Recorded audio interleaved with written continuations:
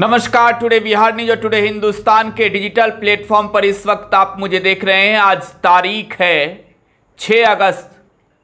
बिहार के सियासत को लेकर जो बड़ी खबर है उस खबर को लेकर आपके समक्ष हाजिर हूं मैं। मेरा नाम प्रकाश सिंह है। बात बिहार के सियासत और चुनावी यात्राओं की करेंगे। 2025 में बिहार में लोकसभा के चुनाव के बाद अब विधानसभा के चुनाव होने हैं। तो विधानसभा के चुनाव को लेकर सरगर्मी तेज है। बिहार में माहौल जो है वो पूरी तरीके से चुनावी है और इस चुनावी मोड में यात्राओं का दौर नजर आ रहा है।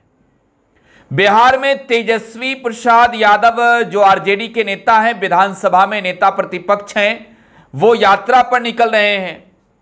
प्रशांत किशोर जो चुनावी रणनीतिकार थे, अब वो बिहार में जन स्वराज पदयात्रा पर है। उनकी यात्रा आखिरी चरण में है।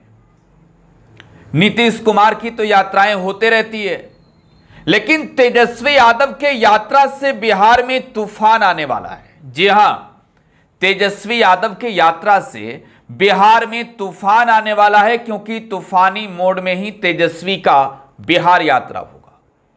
यात्रा के अब मात्र 10 दिन शेष हैं। 17 अगस्त को तेजस्वी यादव पटना से यात्रा पर रवाना होंगे और यह यात्रा पूरे बिहार में जाएगी। तेजस्वी यादव के इस यात्रा के माध्यम से आरजेडी अपने कुनबे को मजबूत करेगी। सूबा के तमाम हिस्सों में तेजस्वी यादव पहुंचने की कोशिश करेंगे, लेकिन मैंने आपको कहा कि भूचाल, तूफान सब आएगा तेजस्वी यादव की इस यात्रा से। आपको पहले यह समझना होगा। देखिए, तेजस्वी यादव आरजेडी के सबसे बड़े नेता आज के समय में है, लालू प्रसाद यादव के बाद, और आरजेडी बिहार में सबसे बड़ी पार्टी है विधानसभा में विधायकों की हैसियत से। तो इस लिहाज से आने वाले साल 2025 में जो बिहार में विधानसभा के चुनाव होंगे, उस चुनाव में मिशन 2025 ये तेजस्वी यादव सक्सेसफुल बनाने के लिए यात्रा कर रहे हैं। 25 में तेजस्वी यादव का टारगेट 100 से अधिक सीटें जीतने का है। बिहार में इकलौता आरजेडी की मैं बात कर रहा हूं। 75 सीटें 2020 के चुनाव में आरजेडी ने जीती और विधानसभा में सबसे बड़ी पार्टी बनी आरजेडी। 4 एमएलए टूट कर आए वैसी की पार्टी से आरजेडी सबसे नंबर 1 थी और नंबर 1 हो गई। खैर, अब वक्त जो है वो बिहार में चुनाव का है और तेजस्वी यादव का ये यात्रा चुनावी यात्रा है। तो इस यात्रा से आरजेडी कितनी ताकतवर बनेगी, तेजस्वी यादव के इस यात्रा से आने वाले साल 2025 के विधानसभा चुनाव पर कितना फर्क पड़ेगा, प्रशांत किशोर कितना तेजस्वी यादव को डैमेज कर चुके हैं और नीतीश कुमार को इस यात्रा से कितना तेजस्वी यादव डैमेज कर पाएंगे, इन सब पर इस रिपोर्ट में चर्चा करेंगे। देखिए, आरजेडी को लेकर जो चीजें सबसे पहले कही जाती थी वो कि आरजेडी एमवाई समीकरण वाली पार्टी है, यानी मुस्लिम और यादव की। तेजस्वी यादव ने 2015 के चुनाव से एक तरीके से एक नया रंग आरजेडी पर चढ़ाने की कोशिश किया। ए टू जेड समीकरण वाली पार्टी का, राष्ट्रीय जनता दल को ए टू जेड वाली पार्टी बनाने की कोशिश में तेजस्वी रहे और यही वजह है कि अब उसके बाद जो भी चुनाव हुए, चाहे 2019 का चुनाव हुआ हो या फिर विधानसभा का चुनाव 20 में हुआ हो या फिर एमएलसी का इलेक्शन हुआ हो, तेजस्वी यादव ने, लालू यादव ने, जगदानंद सिंह ने जातियों का खास ख्याल रखा। लेकिन इस बार तेजस्वी यादव सीमांचल के पूर्णिया में खिसक गए, अररिया भी नहीं जीत पाए। तेजस्वी यादव की पार्टी सीमांचल में जहां चुनाव लड़ी वहां हार मिली। तो आखिरकार क्या मुसलमान जो एमवाई समीकरण के एक अहम हिस्सेदार हैं वो नाराज चल रहे हैं, खफा हैं आरजेडी नेतृत्व के फैसले से?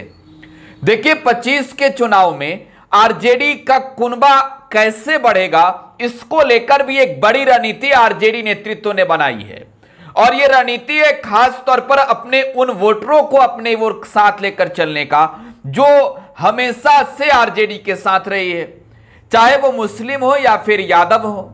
बिहार में प्रशांत किशोर जब जनसुराज पदयात्रा पर निकले तो प्रशांत किशोर ने टुडे बिहार न्यूज को दिए गए इंटरव्यू के दौरान ही ये कहा था कि जिस दल का अस्तित्व जितना बड़ा होगा उस दल से उतने नेता टूटकर जनसुराज के साथ जुड़ेंगे। मौजूदा समय में स्थिति यह है कि राष्ट्रीय जनता दल जो विधानसभा में बड़ी पार्टी है, उस पार्टी के कई नेता जो हैं वो जनसुराज में शामिल हो चुके हैं। बाकायदा पत्र जारी कर आरजेडी ने जो है वो कार्रवाई भी उन नेताओं के विरुद्ध किया जो लोग प्रशांत किशोर के टच में रहे, जिनकी तस्वीरें सामने आई। प्रशांत किशोर ने कहा कि 70 मुसलमानों को हम बिहार में चुनाव लड़ाएंगे।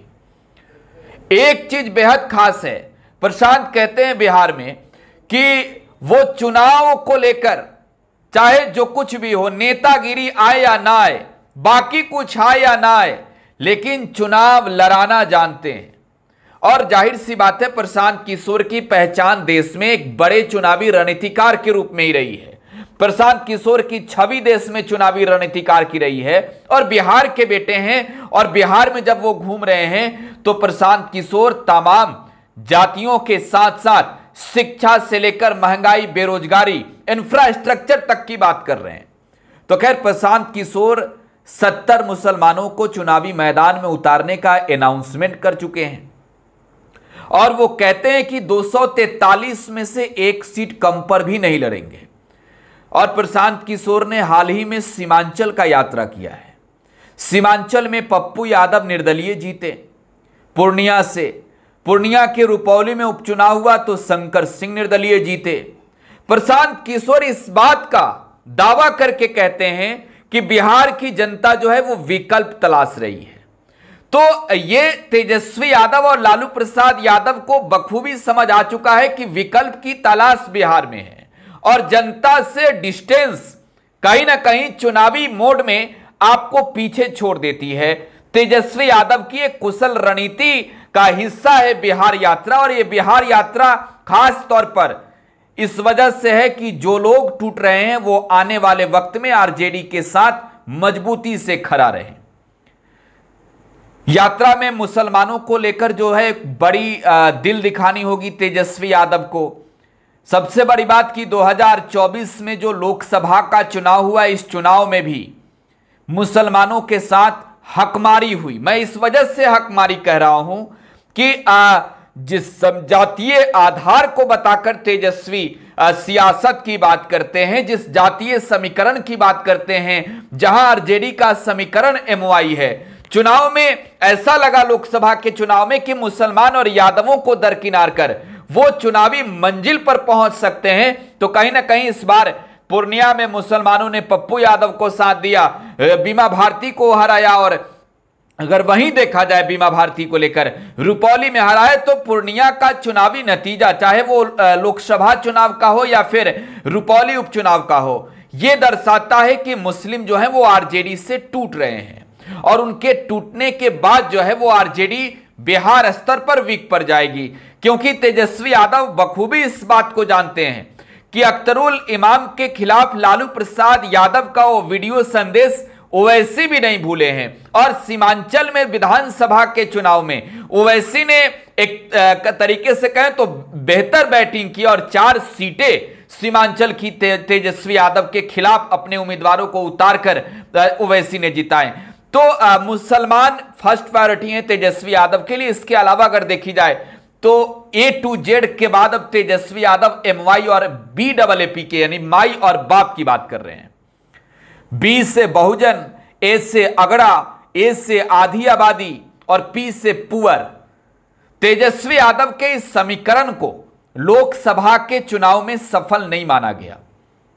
तो देखिए जो जातीय आधारित गणना बिहार में हुई है, उस गणना के आधार पर क्षेत्र की आबादी के अनुसार कैंडिडेट सिलेक्शन करना भी एक बड़ी चुनौती होगी। और तेजस्वी इस यात्रा के दौरान क्षेत्र में जाकर जनता के बीच जाकर इस चीज को भी भांपेंगे। जो नाराजगी आरजेडी नेतृत्व के खिलाफ क्षेत्रीय स्तरों पर बढ़ी है, उस नाराजगी को भी कम करने की कोशिश खास तौर पर यह आरजेडी की होगी।